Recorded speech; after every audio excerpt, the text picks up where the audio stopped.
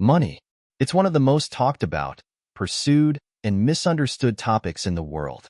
Yet, despite its importance, many of us struggle to grasp the one thing that matters most about money: our relationship with it. Morgan Housel's The Psychology of Money is a game-changing book that dives into the emotional, psychological, and behavioral side of finance. It's not about numbers, spreadsheets, or complicated investment formulas. Instead, it's about understanding why we think and act the way we do with money, and how these behaviors can either set us up for success or sabotage our financial future.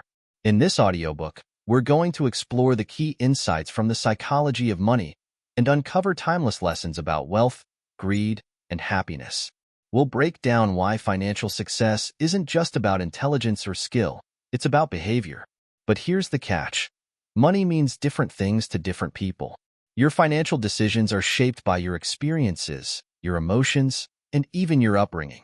The way you see money might be entirely different from your neighbor, your best friend, or your parents, and that's okay. The real question is, how can you develop a mindset that helps you build wealth, make smarter decisions, and, most importantly, find peace of mind? So, if you're ready to challenge the way you think about money and gain a fresh perspective, you're in the right place. Let's dive into the psychology behind it all and discover how to make better financial choices, not just today, but for the rest of your life. Part 1. The emotional side of money. Let's start with an important truth. Money is never just about numbers. It's about emotions, fear, greed, insecurity, and sometimes even pride. Morgan Housel reminds us that how we view and handle money has less to do with logic and more to do with the stories we tell ourselves. These stories are shaped by our personal experiences, what we've seen, what we've learned, and what we've lived through. For example, think about someone who grew up during the Great Depression. Their relationship with money might be defined by caution and frugality. Compare that to someone who grew up in a booming economy. They might be more comfortable taking risks or spending freely. Neither perspective is right or wrong. They're just different, based on unique experiences.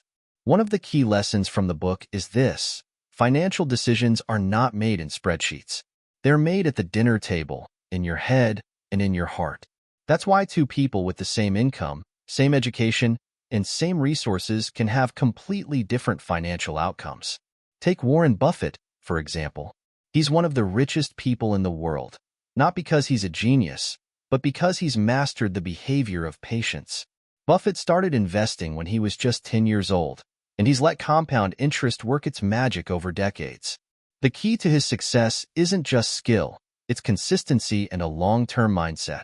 So, here's the takeaway. When it comes to money, logic isn't enough. You need to understand your emotions, your habits, and the stories you've been telling yourself. Ask yourself, what does money mean to me? And how do my experiences shape the way I handle it? Once you understand the emotional side of money, you can start building habits that align with your goals, rather than letting your emotions control your decisions. Part 2.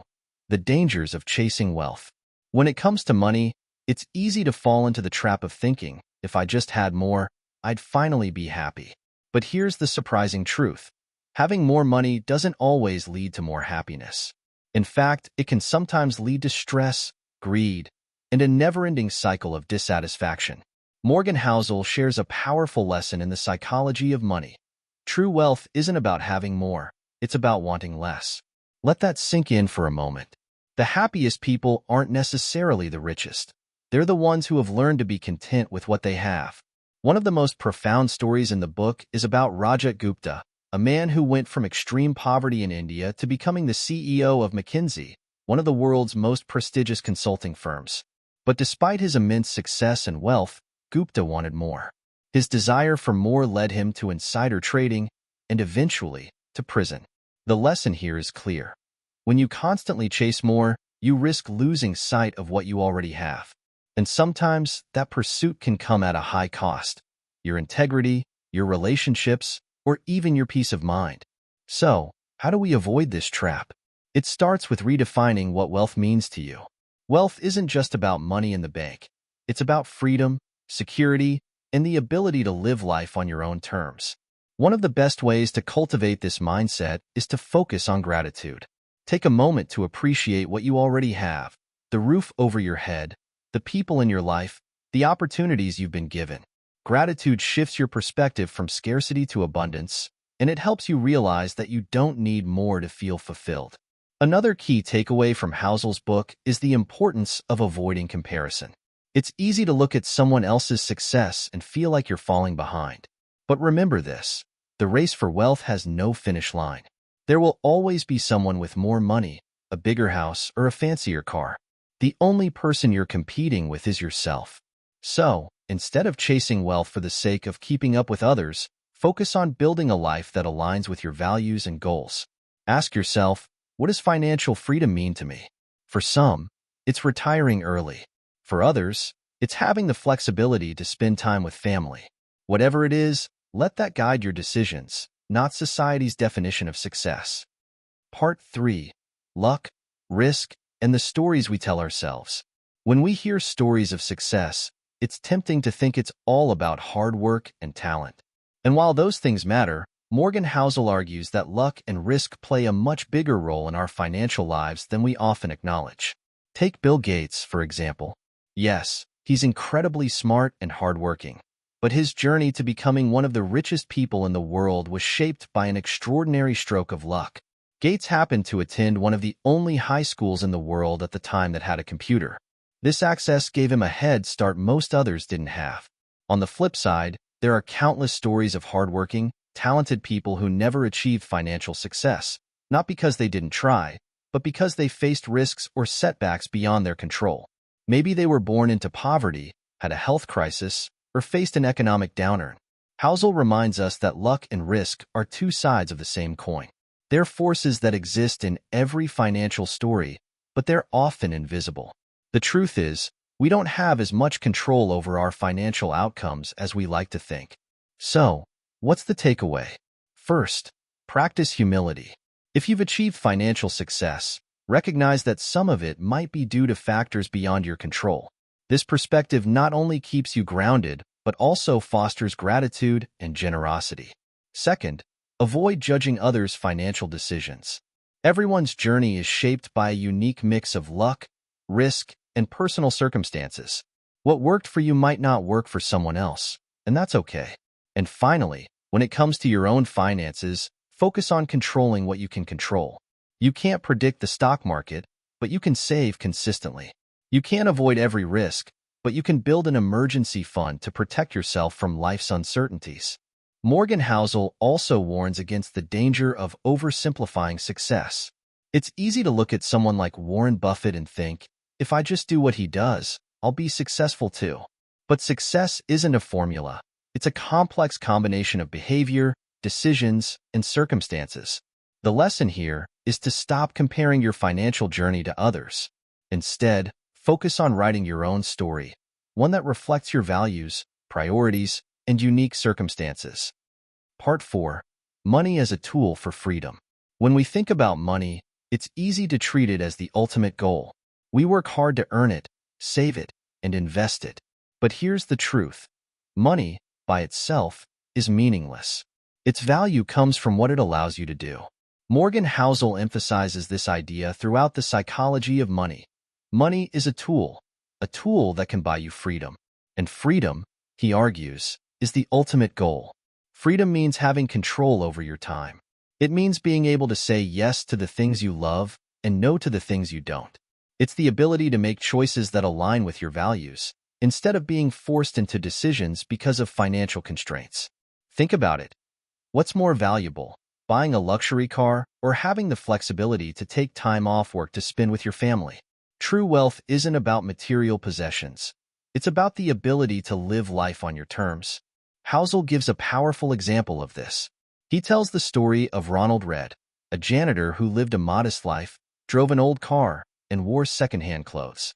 When he passed away, it was revealed that he had quietly amassed an $8 million fortune. How? By saving consistently, investing wisely, and living below his means. For Read, wealth wasn't about showing off, it was about security and freedom. He didn't need the approval of others or flashy possessions.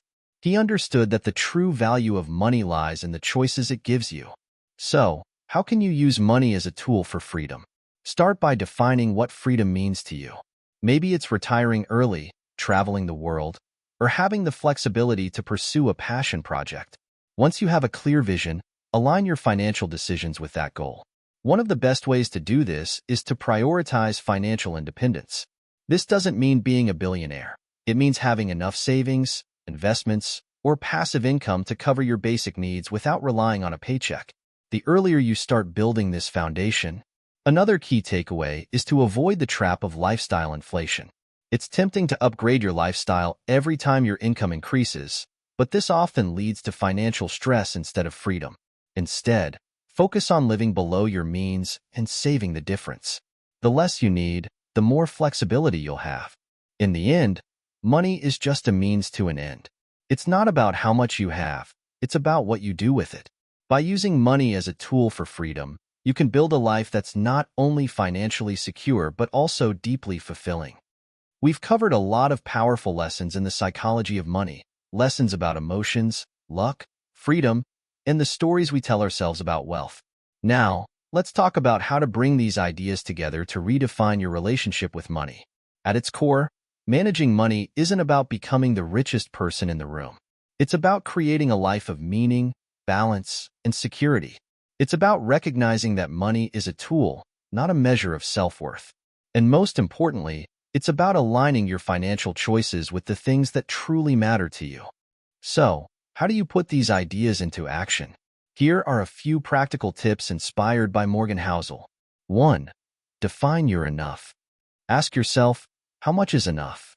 Many people fall into the trap of constantly chasing more, but this often leads to stress and dissatisfaction. Knowing you're enough allows you to focus on what truly brings you happiness and avoid unnecessary risks. 2. Prioritize savings over flashy lifestyles. Building wealth doesn't require a high income. It requires good habits. Live below your means, save consistently, and invest wisely. Remember, financial independence is the ultimate luxury. 3. Stay humble and avoid comparison. It's easy to feel inadequate when you compare yourself to others, but remember that everyone's financial journey is unique. Focus on your own goals and values instead of trying to keep up with others. 4. Embrace the power of time. Compounding is one of the most powerful forces in finance. The earlier you start saving and investing, the greater your potential for long-term wealth. Be patient and trust the process. Another key lesson is to prepare for uncertainty. Life is unpredictable, and risks are inevitable. That's why it's so important to build an emergency fund, diversify your investments, and avoid putting all your financial eggs in one basket. Think of it as buying peace of mind, an insurance policy for the unexpected. But perhaps the most important takeaway is this: financial success is about behavior, not intelligence. It's about making small, consistent choices that align with your values. It's about practicing patience, gratitude, and humility. And it's about focusing on what you can control instead of worrying about what you can't. Ultimately, the goal isn't just to manage money. It's to create a life that's rich in every sense of the word. A life filled with purpose, freedom, and peace of mind. Thank you for watching this video. I hope these lessons inspire you to think differently about your finances and to build a life that reflects your deepest values. If you enjoyed this audiobook, don't forget to subscribe to our channel for more summaries, insights, and practical advice from life-changing books. Share this with someone who could benefit from a fresh perspective on money, and let's keep learning and growing together. Remember, wealth isn't just about money. It's about the choices you make, the freedom you create, and the life you live. Start small, stay consistent, and let the psychology of money guide you toward a brighter financial future.